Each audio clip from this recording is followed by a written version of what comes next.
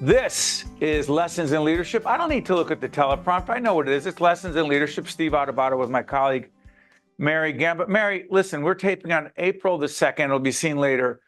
Are we discussing allergies for 30 minutes? Is that what we're doing? That sounds like a perfect plan between the two of us, with the eyes tearing and the nose running. And as we're recording, the entire state of New Jersey is in the red zone in terms of allergies. So we'll make it through, though, because it's all about having a positive attitude. I wonder if this is distracting. Yeah, just a little bit. But let's talk about serious things. This is part of our Discovering Innovation in New Jersey series. We are joined by Dr. Brian Sandroff, who's Assistant Director, Center for Neuropsychology and Neuroscience Research at Kessler Foundation. Good to see you, Doctor. You too, Steve. Nice to see you, Mary. I hope allergies aren't too bad today. No, we're hanging in. By the time this show airs, the pollen count will be down, so we're all good. Hey, Brian, tell everyone what the center is while we put up the website for Kessler Foundation. So our center focuses on research that looks at cognition in people with neurological disorders, such as multiple sclerosis, traumatic brain injury are the two primary disorders that we study. But we look at different predictors of cognitive performance. We look at different treatments for cognitive impairment, as well as a number of other intervention-related approaches to see if we can make people who have MS or TBI live a better life. Now, again, I've met Brian several years ago. Our company, Stand and Deliver, works hand in hand with Kessler Foundation. We're doing a leadership academy up there now, and Brian is part of that. And one of the things that always struck me is your passion for this work. Before Mary jumps in, talk about how you were led to this field and why it matters so much to you and the colleagues at the center. So, funny story actually is that it happened by accident. So I was in undergraduate at University of Illinois at Urbana-Champaign in the middle of nowhere, Illinois, and I was a pre-med major. And turned out that wasn't the greatest decision I ever made, considering that I was pretty bad at molecular genetics and biology. But I was always a big sports fan. So I switched to kinesiology, which is the study of human movement and is kind of an intersection between sports and science. And the first course I took, which was Intro to Sports Psychology, ended up being not at all about sports psychology, but instead about how to answer a research question from a randomized controlled trial point of view. And I was hooked. And I went up to the professor after and said, hey, how do I get involved in this? This is the coolest thing ever. And he said, well, why don't you work in my lab? I said, okay, do you have an opening next semester? And he said, no, I have an opening tomorrow. And his lab was all about measuring physical activity, applying physical activity in people with multiple sclerosis. So my undergraduate training, my master's training, my doctoral training, and then even my postdoctoral training has all been about examining exercise as a way to improve brain health in people with MS. And just recently, as part of the Center for Neuropsychology and Neuroscience at Kessler Foundation, have expanded to look at other populations like traumatic brain injury and people with stroke just very recently. Fascinating. Again, the website will be up to find out more about Kessler Foundation and the center. Mary, please. Brian, Steve and I talk a lot about wellness and leadership, and I'm hearing you talk about your own personal innovation and how that innovation has really helped patients. Can you tie that back to wellness? What is the connection in your mind between wellness, leadership, and innovation, and improving the lives of the patients that you're treating every day? So, nice thing about physical activity as a treatment for all sorts of symptoms and consequences of neurological disorders is that patients can do it themselves. They may need a little bit of guidance in terms of what to do, how to do it, how often to do it, how intense exercise or physical activity should be to get beneficial effects. But at the end of the day, us as researchers, we're looking to put ourselves out of business, really, where we would love to have people who present with symptoms of MS and TBI be able to engage in physical activity based on guidelines where they can self-manage their disease and they can live Hold on, better. Brian, do me a favor. Brian, go back. TBI, you use that acronym a lot. That traumatic brain injury? Correct. Sorry, I didn't define that. That's okay. Yes, traumatic brain injury. Thank you. Where people follow guidelines that are strongly supported by research, they can do something good for themselves. And I mean, we're all interested in this area where we can continue to come up with research questions that help people that get at more precise approaches, such as who benefits the most from exercise, what intensity of exercise or dose is the right dose for specific benefits. But in terms of our leadership, we are absolutely committed to providing the highest quality research that helps the most people. And we're also very competitive, is that's really the standard we hold ourselves to, is Against how can whom? we help the most people? Brian, competitive against whom? With whom? Ourselves. With So it's, ourselves. Mary, isn't that interesting? An internal competition to help others. I've never heard it put that way. But I'm curious about this. Since we talk an awful lot about leadership and this series about leadership and innovation and discovering innovation, do you, and I've asked this in certain seminars, I'm curious, Mary, together with me, we've done this as well. Do you see yourself as a researcher / scientist, as a leader? Sort of. So I don't really see myself personally as someone who needs to be a mouthpiece for things, but I consider our work to be leading the field. As we're always on the forefront, we're trying to ask the tough questions. We're trying to do things the right way, which sometimes can seem pretty incremental. But at the end of the day, that's how you generate really strong evidence that ends up helping people, as opposed to shooting first and asking questions later. I think, Mary, would you disagree? Because Brian framed it about speaking up. You and I have this discussion all the time about what leadership really is. And sometimes it's not the person who's clearly the loudest in the room. Final question, Mary? Exactly, Brian. I was just going to do a bridge from that because I picked up on that as well. What do you believe is your role as a leader, bringing other people up at Kessler Foundation?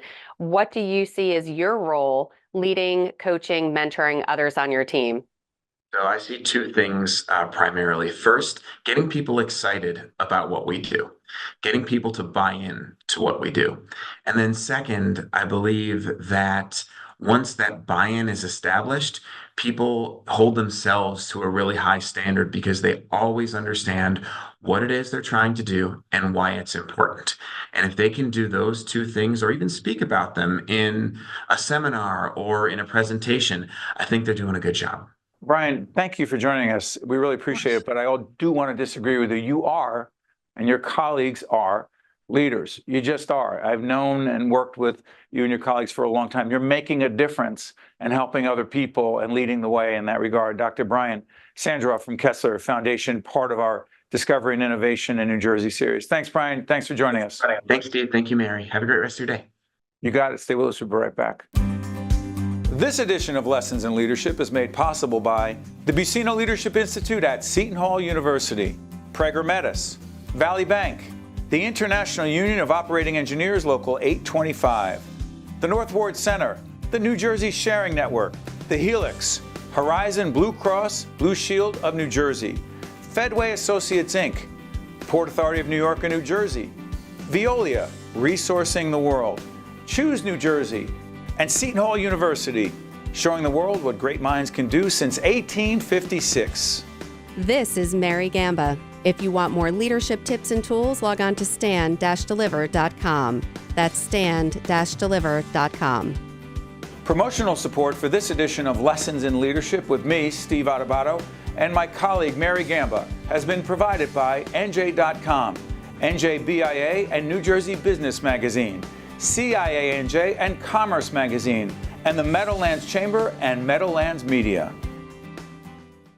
Life is unpredictable. Health insurance shouldn't be. For over 90 years, Horizon Blue Cross Blue Shield of New Jersey has provided quality, affordable health plans to New Jersey residents. We have served generations of New Jersey families and businesses and are committed to driving innovations that put you at the heart of everything we do. Our members are our neighbors, our friends, and our families. We're here when you need us most. Horizon, proud to be New Jersey. Lessons in Leadership would like to thank our newest sponsors who make our programming possible, including the Helix, Horizon Blue Cross Blue Shield of New Jersey, and the Port Authority of New York and New Jersey. Steve Adubato with my colleague Mary Gamba. We're now joined by Kathryn Badger, that name sounds familiar. Kathryn Badger is Director, Total Rewards at CentraState Healthcare System. Kathryn, good to see you. Good to see you too, Steve. Now, Kathryn, on our broadcast, we disclose all kinds of things that are potentially perceived as a conflict or an issue. Do you, in fact, I mean, I feel like a prosecutor right now, do you have a relationship with a very high-level executive on our production team? I do. Would that be Elvin Badger, our director? It would. Your Honor. Oh, hold on. Before we talk about serious leadership issues, what makes Elvin not just a great leader, but a great husband and father? Ooh, he sees things, I want to say he sees like the big picture of everything. He's always like 10 steps ahead of all of us, and he really keeps us, I don't want to say in check, but yes, he helps keep me grounded, keep us all kind of in check. He's amazing. Wow. Oh, Could you get my wife here and ask her the same question? it depends on what day it is, right, Steve? This is true. Yeah, no, what hour it is. Kathryn, tell us about the work you do and how it's connected to leadership. Sure. So I am the Director of Total Rewards, and I am the lead for strategy, communications, and compliance for benefits, compensation, and also retirement plans, things like that for our employees. So in that respect, I have to lead that function and our team to really be able to bring the best in class things and benefits and comp and, everything for our employees. Kathryn, before Mary's going to jump in a second, but Mary, this is interesting. Mary and our 9-10 person team and our production team at the Caucus Educational Corporation, Mary is not only the executive director, but she's the de facto head of HR, meaning we don't have an official HR department. I'm curious about this. HR has evolved dramatically in the last 5-10 years. It's a very different function. How so?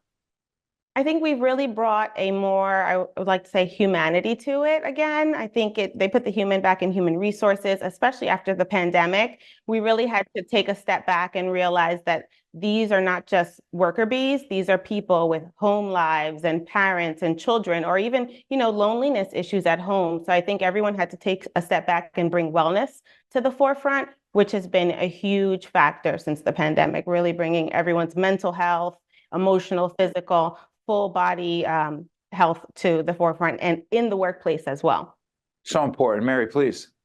Kathryn, how have you found you needed to adapt post-pandemic, but just even in general over, as Steve said, the past decade, when it comes to the needs, the wants? I've read a lot of studies, especially tied to the work that we're doing, that what employers may think that the employees want may not necessarily be in direct correlation with what those employees are looking for. So have you found a top 1, 2, 3, I'm a new employee coming in, I'm sitting in front of you, I'm looking for a job. Tell us what is most important to employees in 2024. I think while we think or we know compensation is important, but also I think feeling valued is huge these days. Adding value, making sure that what I do as a person, as an employee here, is adding value to the company, that it's recognized. And I think also we sometimes as employers, as bosses, forget that employees want to know that there is a future for them, that there's growth happening here, and that I can be whoever I want to be, or there's pathways, some kind of succession, something that I can do in the future. Mary, follow up on that, because there's an expression, I stole it, and I always forget to cite where it comes from. It's a quote from Jim Collins' book, Good to Great. Mary, you ever hear me say it's hire slow, fire what? Oh, hire slow, fire fast. Yes, we've had Steve and I have worked together now going on 24 years. And I like to bring that up mainly because, again, Kathryn, as you were just talking about, Steve has been very flexible, very giving when it comes to requests for what each of our team members needs. But even despite of that, sometimes people leave. Sometimes you bring somebody on board and they're not the right fit. So that is something that Steve and I have talked about a long time, is we have to be much more intentional, much more very, very thoughtful as we're hiring new people.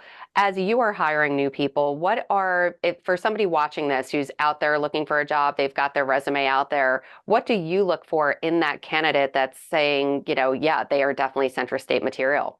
Or someone hiring. Both ways, right, Mary? Exactly. When we're hiring, I think we need to always focus on the full person and say, is this person our material? Is this person going to really add value? Are they going to be flexible? The people who say, well, that's not my job, that's not my function, that's not who you kind of want to hire. We've been there before, Kathryn, and that does not. I love one time years and years ago, I'll withhold names. I had said to one of our team members, I said, oh, would you, I really need some help with XYZ project. And I remember he said at the time, he was like, well, how much more am I going to get in order to be doing that? And that was just the wrong answer. Yeah. And a lot of people are thinking that way. And I think, and I always say, I go back to when I first started in HR, I got well, back then they didn't call it this, but stretch assignment. It had nothing to do with my job. It came from the head of HR, and I had to figure out how to solve this problem.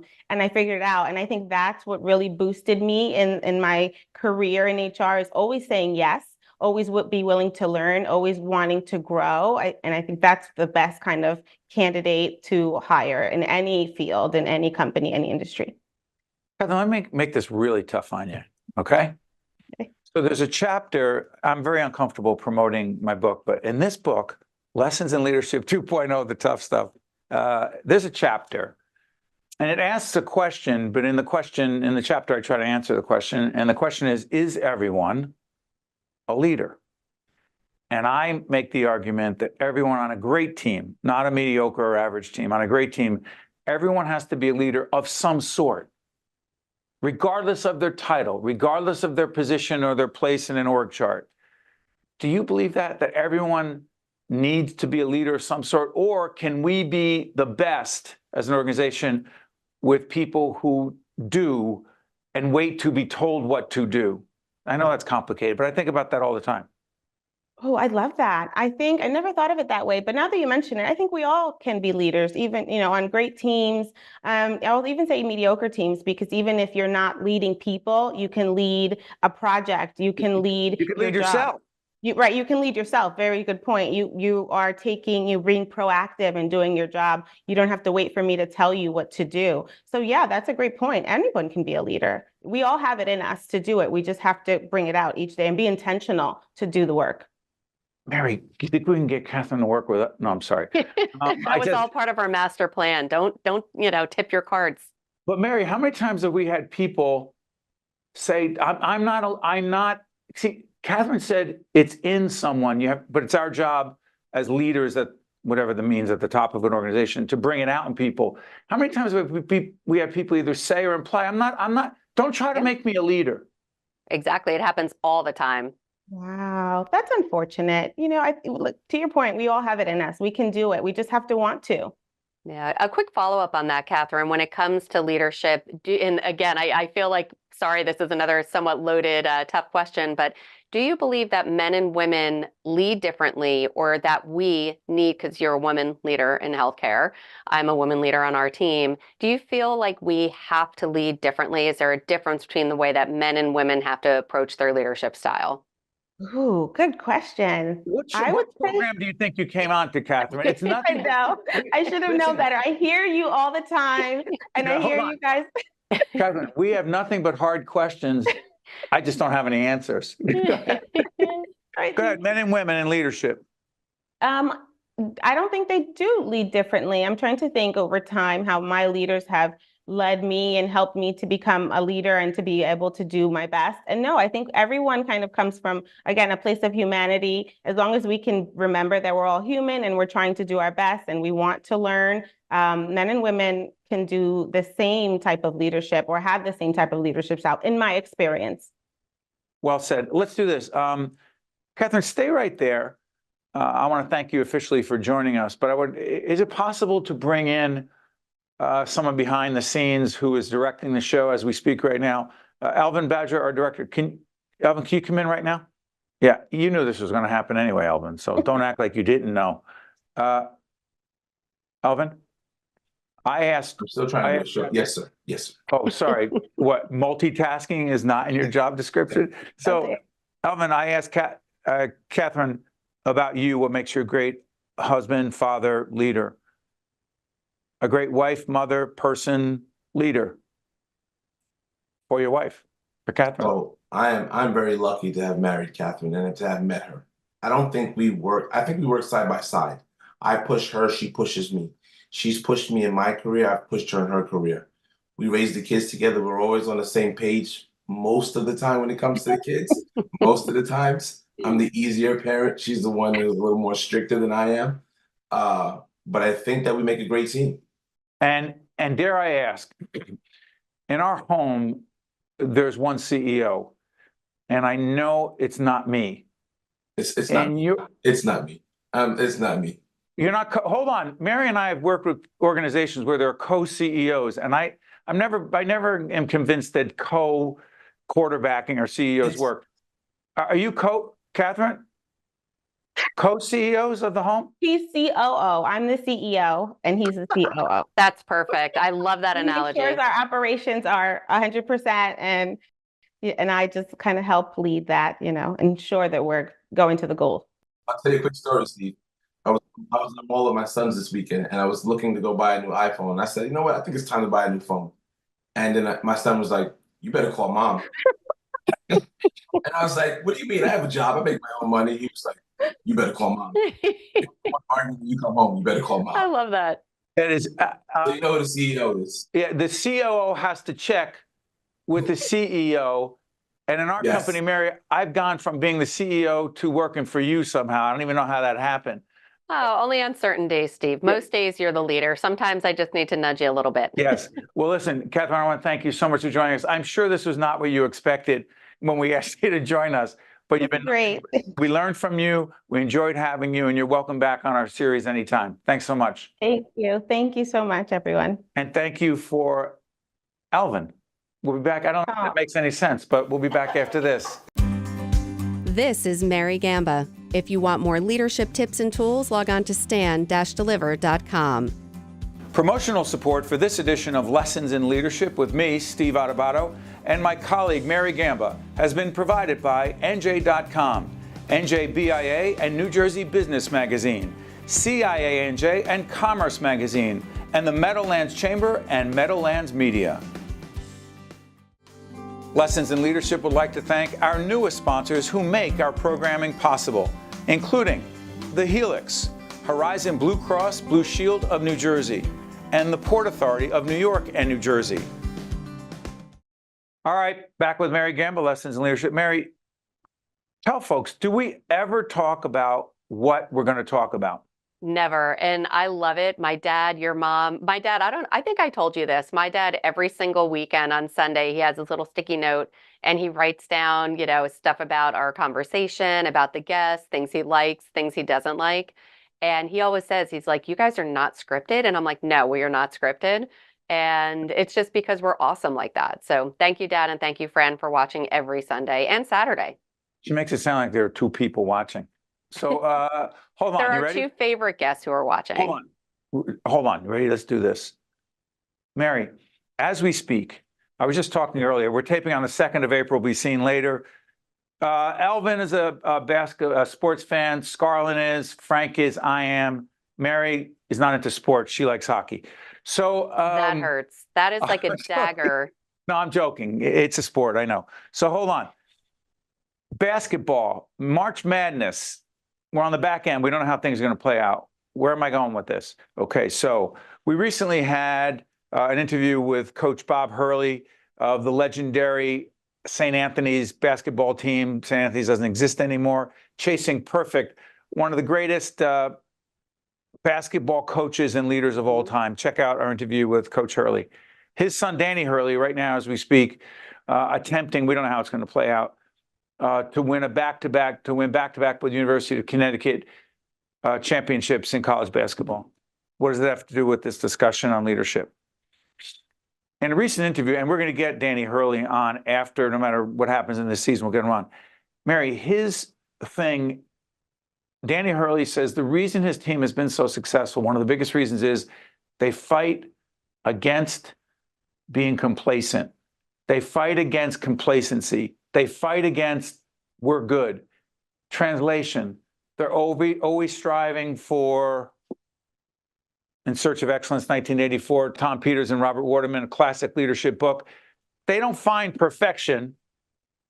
Mary, I got my other book here by Dr. Bob Rotella, Golf is Not a Game of Perfect, all right? But he's searching for excellence, and you cannot get complacent. Doesn't that make you crazy? Not at all. If you are truly looking to grow, if you're truly, and again, speaking of hockey, just 2 days ago, Michigan State University was playing against University of Michigan for, they are in the top 16, then they go to the 8 and the Frozen Four. So they were playing against them. And let's face it, University of Michigan, if anybody does follow hockey, they were literally adapting in the moment. They had more life to them. They had more energy to them. And unfortunately, Michigan State University, they just didn't have that same level of get up and go. I don't know what you would call it. Well, Mary's talking about, it's only unfortunate because Mary's son is connected. It's at Michigan State. It's not like she cares about them otherwise. Go ahead. Oh, will you stop? Yes. So my son is graduating from there. I can't believe it. By the time this airs, he would have graduated. And go well. And go green. But yeah, and just you see it all the time. You see it in basketball, you see it in baseball. We were talking about the Yankees earlier today. And It's early. It is early. That's all I'm gonna say. I'm not gonna jinx anything. What'd you call it? Yeah, it's some Italian name for it, for the jinx. It's called the Maloika. Mary said, I didn't want to say what she said. I won't even say, because then if you repeat it, it'll double Maloika or whatever you're saying. The Maloika is, you know what it is? April, you know what it is? April, our great makeup artist, knows. It's the evil eye. It's bad luck. Yeah. Don't talk about what could happen, but go ahead. But going back to what you were saying about, yes. Complacency. You cannot be complacent, whether at work, whether with your family, even in a relationship, right? We had Elvin on, we had Kathryn on, and they were talking about how they just rise each other up. They're constantly pushing each other, and it's that push and pull. And you need to constantly be combating against complacency and the status quo. Here's the only catch. And trust me, Mary knows when I'm sending, we've talked about this a million times, I'm holding back sending certain weekend emails because things will come to me on the weekend. But then you literally on your Monday morning, I held back sending this email, but here it is. I know, that's not the point. That's not the point. The point is, it's not about me. It's that I'm always thinking, and Mary's always thinking about how we can be better, how our programming can be better, how we can find different kinds of guests, how we can create new mini-series, how we can find new funding sources. When you stop doing that and you actually believe you're good the way you are, exactly, you're dead. You're going backwards. And it's not about basketball, hockey, and PS. To my friend Kenny Danico, who's been on our program, a great, his jersey number 3, the Devils hangs in the Prudential Arena. I apologize. I joked it and I said, hockey, not a sport. It's a great sport. I just don't know how to skate. Bottom line is this: complacency is your enemy. Always strive for excellence. Always strive for perfection, knowing you're not going to get there, but you may trip on excellence along the way. For Mary Gamba, for Elvin, Frank, Scarlin, April, Amy, Sylvester, Amy, a great team, always striving for excellence. This is not a complacent Lessons in Leadership team. We'll see you next time. This edition of Lessons in Leadership is made possible by the Buccino Leadership Institute at Seton Hall University, Prager Metis, Valley Bank, the International Union of Operating Engineers Local 825, the North Ward Center, the New Jersey Sharing Network, the Helix, Horizon Blue Cross Blue Shield of New Jersey, Fedway Associates Inc., Port Authority of New York and New Jersey, Veolia, Resourcing the World, Choose New Jersey, and Seton Hall University, showing the world what great minds can do since 1856. This is Mary Gamba. If you want more leadership tips and tools, log on to stand-deliver.com. That's stand-deliver.com. Promotional support for this edition of Lessons in Leadership with me, Steve Adubato, and my colleague Mary Gamba has been provided by NJ.com, NJBIA and New Jersey Business Magazine, CIANJ and Commerce Magazine, and the Meadowlands Chamber and Meadowlands Media.